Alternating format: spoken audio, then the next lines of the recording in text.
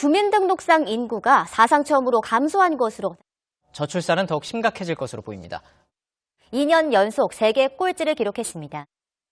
한국전쟁 이후 첫 인구 감소와 출산율 세계 꼴찌에 이어 이번엔 인구 절벽입니다. 감사원이 통계청에 의뢰해 내놓은 보고서를 보면 100년 뒤 서울의 인구는 4분의 1로 줄고 인구 100만 이상의 광역시 가운데 6곳은 모두 중소도시로 전락하며 전국 229개 지자체의 96%는 고령층이 가임기 여성보다 5배 넘게 많은 소멸 직전 상태에 놓이게 됩니다. 100년 뒤엔 서울도 강남과 광진, 관악, 마포 4개 구를 제외하면 모두 소멸 고위험 단계란 겁니다.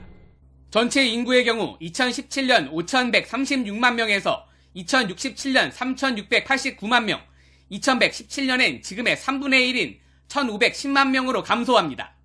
또 노년층의 비율이 급격히 늘어나며 100년 뒤엔 국민 2명 중 1명은 65세 이상이 됩니다.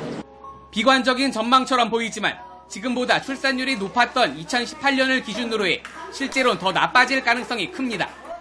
정부가 지난 2006년부터 15년 동안 저출산을 해결하겠다며 쏟아부은 돈은 무려 225조 3천억 원.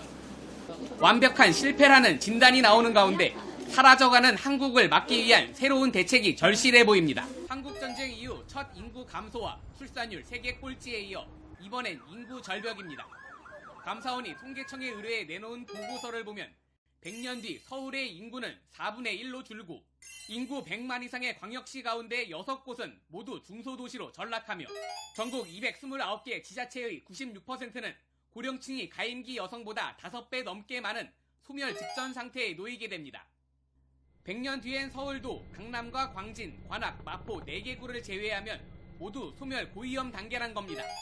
전체 인구의 경우 2017년 5,136만 명에서 2067년 3,689만 명, 2117년엔 지금의 3분의 1인 1,510만 명으로 감소합니다.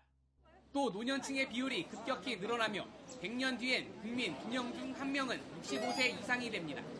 비관적인 전망처럼 보이지만 지금보다 출산율이 높았던 2018년을 기준으로 해 실제로는 더 나빠질 가능성이 큽니다.